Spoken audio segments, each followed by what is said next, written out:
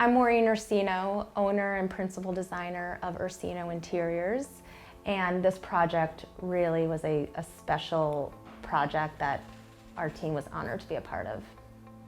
This client that we've been working with for years, this is actually the fourth project that we worked with them on, but this was the first time that we had the opportunity to build something completely new with them. Yeah, once we saw really the rendering and what the space was going to look like, and we knew that we had a blank slate to work with, going in the direction of Lutron Homeworks really was the right decision for everybody. And I remember when I showed you the Elise keypad for the first time, it was probably one of the quickest design processes of the entire project. They were beautiful. They were beautiful. And in my mind, at that point, I knew that we had absolutely nothing to worry about in terms of having a level of finish that made sense for this particular project. It was pretty obvious from early stages of the design that we would have a lot of challenges. That when we saw the exposed barn beams, immediately my head goes to where am I going to put the shades? And really working with the design team to come up with some, at the time, what we thought were crazy ideas of why don't we actually integrate these shade pockets into these barn beams that are exposed, these structural beams. And not only that, but actually having a matching veneered wood finish on the bottom flap to cover the bottom opening of the shade pocket. And once we figured that out, it really was a very beautiful solution because the shades just appear as if they're falling from the ceiling, and they're very, very elegant. Yeah, and then down in the spa, when the beams were removed from the plan, again, it was another challenge of, what do we do? And luckily, I was already a huge fan of the Lutron Palladium shade line.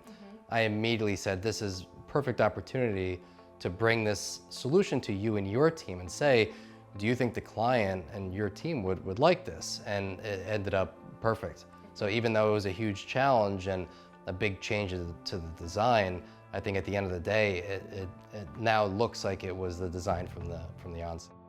Right, and I find that this happens frequently on projects where it's a great example of what you plan for on paper is sometimes just wrong. And the structure comes to life and you have to just lean into what feels right. And in this particular case, the beams, which was our vehicle to hide the shades, were eliminated. So we had to get creative with how we were going to stay true to the feeling of what the space was becoming and we were designing towards, and how we were going to still provide our client with privacy. And Lutron's Palladium was the perfect solution for that. A big concern of ours was making sure that the materials that we were curating for this particular space would be accentuated well through light. And light has the ability to make something look spectacular, or has the ability to really detract from the uniqueness of the materials and the palette that we were working with. So we definitely feel very fortunate to have worked with Dan and his team.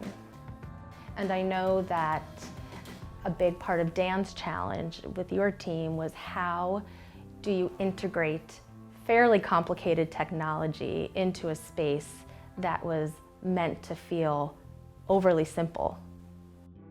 And a lot of what Lutron has to offer in terms of their range of product, and one thing that our team really noticed as interior designers was the level of finish that was available to choose from really made our jobs much easier.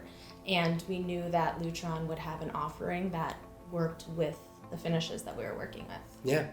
Yeah, I've enjoyed working with Lutron so much because it really shows that our two industries are so intertwined, and that the two don't have to clash with each other, that they're really in a setting like this, that it just really complemented one another, of the design of the space and the technology, and it just really worked hand in hand. Yeah, absolutely.